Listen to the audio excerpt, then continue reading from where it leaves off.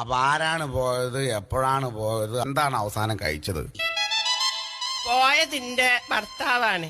മൂപ്പര് ഞങ്ങളെ കല്യാണം കഴിഞ്ഞ് 6 മാസം ഞങ്ങൾ ഒരുമിച്ച് ജീവിച്ച്. 6 മാസം കഴിഞ്ഞപ്പോ മൂപ്പർക്കൊരു പൂതി. അപ്പൊ 6 മാസം കഴിഞ്ഞപ്പോഴാണ് മൂപ്പർക്ക് പൂതി. ഗൾഫ് പോവാൻ. അത് ശരി, ഗൾഫ് പോവാൻ.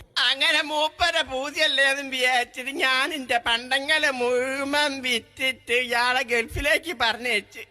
ഇപ്പൊ 12 കൊല്ലായിട്ട് ഒരു വിവരവും ഇല്ല. ചിരിക്കരുത്.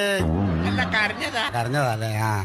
എന്തൊരാളാണ്ടോ ഈ മുത്തു പോലത്തെ പെൺകുട്ടീനെ 6 മാസം കൂടെ ഈ കഴിഞ്ഞിട്ട്. അല്ല മോളെ, കുട്ടികളുണ്ടോ? 4 കുട്ടികളുണ്ട്. കല്യാണം കഴിഞ്ഞ 6 മാസങ്ങൾ ഒരുമിച്ച് ജീവിച്ച് 12 കൊല്ലായിട്ട് അവൻ ഗൾഫിലാണ്. ഇപ്പൊ 4 കുട്ടികളും ഉണ്ട് അല്ലേ? എന്നിട്ട് 12 കൊല്ലായിട്ട് മനുഷ്യന്റെ ഒരു വിവരവും ഇല്ല.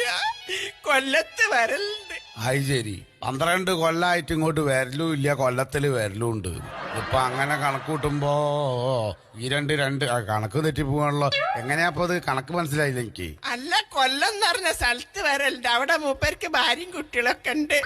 എന്തൊക്കെ ചെലവുണ്ടിക്ക്. 4 മക്കളെ പോറ്റണം, മൊബൈലിന് ഗ്യാസ് നിറയ്ക്കണം. മൊബൈലിന്